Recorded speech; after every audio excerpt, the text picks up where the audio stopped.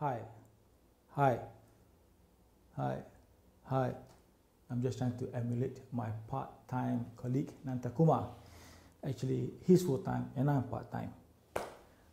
I remember when we were first taken by Jonathan Kent, who used to work for the BBC here, on how to do stand-uppers. I remember him distinctly telling me that not to think of the words, but think of the thoughts.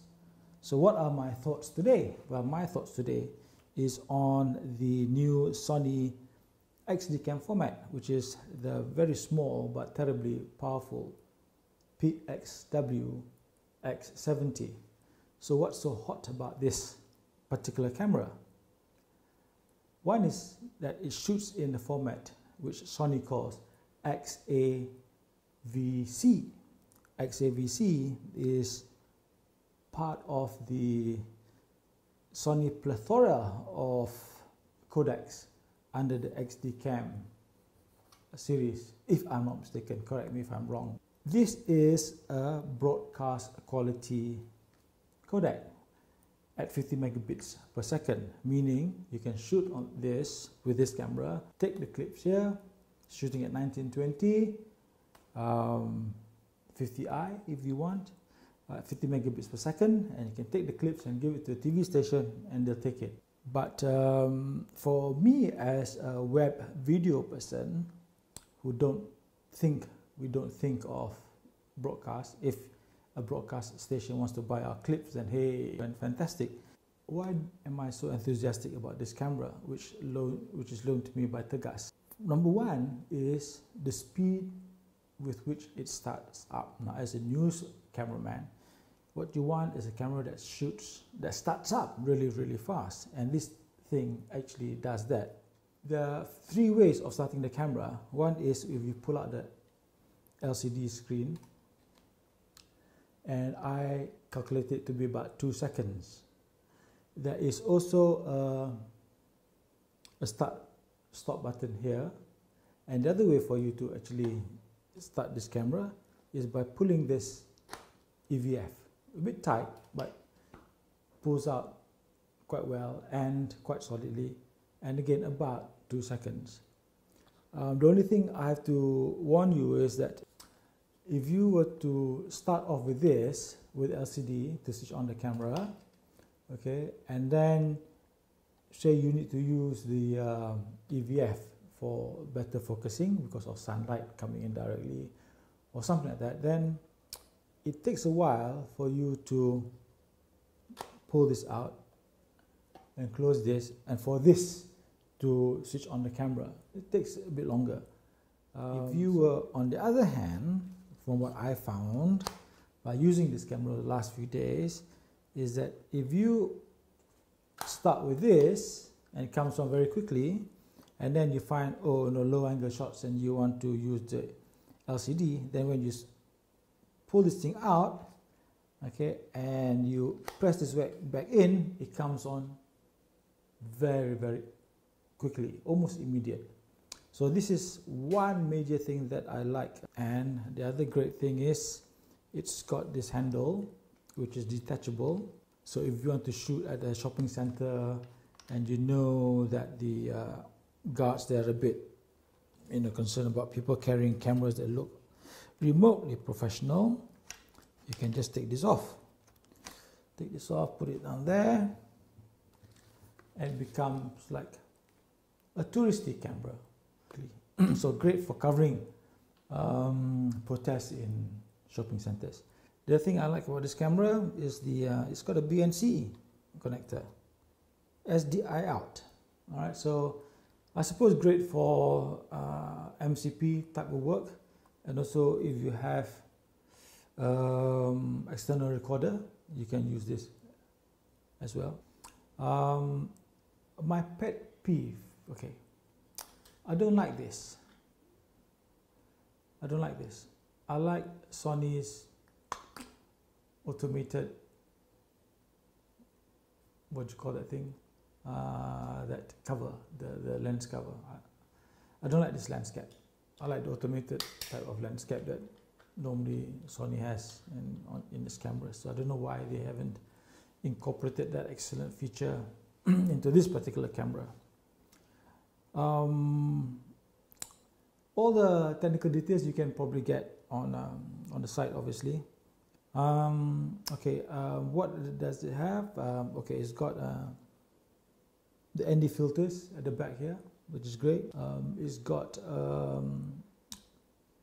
one ring zoom and focus, which is switchable. And then you can choose, obviously, whether you want autofocus or you want manual focus. There's a dial here, which you can choose to adjust your iris or your gain or your shutter speed, which is useful. The menu button is just in front here. Okay, just take a look at the brochure online. You can see all of that. What else do I like about this camera? I think that's about it. It shoots. Okay, I must tell you that it shoots XAVCH like before, but the alternative codec here is AVCHD. I prefer MP4, 35 megabits per second. That would have been great. AVCHD, well, you know, but okay. It's great if you're a Premiere user for AVCHD, but it's not so great if you're a Final Cut user, because you would have to unwrap the AVCHD files to .mov, and you need to buy a program, a software called ClipWrap for that. Worth the money. It's very good, very fast. But if only we can just take it right from the card into our Mac, it would have been great. So the other thing is, when I was borrowed this camera, when Tegas lent me this camera, I didn't do my research. Lazy me, right? So I went out and shot AVCH. I went out and shot XAVC. When I came back, lo and behold, I wasn't able to ingest it into my Final Cut or my Adobe Premiere version 6.0, because there's no codec for that. There is no solution for that. There's no software. There is no converter. Nothing. All right. You could try and download Sony's content browser or Catalyst browser. Forget it. Okay. I tried using also compressor in the FCP. Didn't work either. So now I've not been able to view the clips I shot on XAVC. So then I went out and changed it to AVCHD, and I've been shooting AVCHD with this camera the last couple of days. What else is there? Okay, I think that's about it. Yeah. Okay, you can look at the. If you watch Alistair Chapman, is it Alistair Chapman? He says that he loves this camera because when you put it like that, when you hold it like that, you can use your fingers to toggle with this iris push auto, which is over here. Can you see my little pinky there? The zoom rocker, the focus magnifier, which is here, and then the start-stop button, and also it's got what Philip Bloom calls a nipple. Okay, this is actually a joystick, right? But I don't know why he calls it a nipple. Well, I know why he calls it a nipple, but Philip Bloom calls this a nipple, but it's a joystick, and you can move around the menus and all the functions with this, which is actually pretty great. Pretty great. I love that. So how much is this cost? I don't really know, but call Tegas and find out. There are a few cameras that it is in competition with. The Canon XA 2025 and the Canon XF 200 or 205. The XA 200 and 205 is a little bit more expensive than this, I was told. The XA series comes within that particular price range.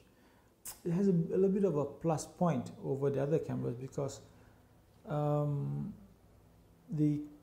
it has the SDI out. Okay, so multi-camera and all that. This is ideal, and other things that you might want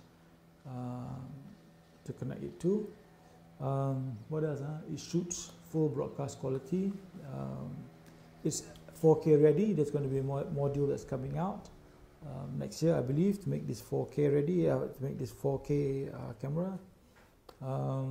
The XAVC codec is at the moment a little bit tricky, but the major analysts are coming up with their plugins and to make this particular format native. It's got a 1-inch CMos. The bokeh. I shot a bokeh, tested out for the bokeh, and it was really nice, really nice. Quite easy to get a nice bokeh from this 1-inch chip. The LCD is nice and bright even under direct light. I was shooting out near the fishing village today, and it works really great.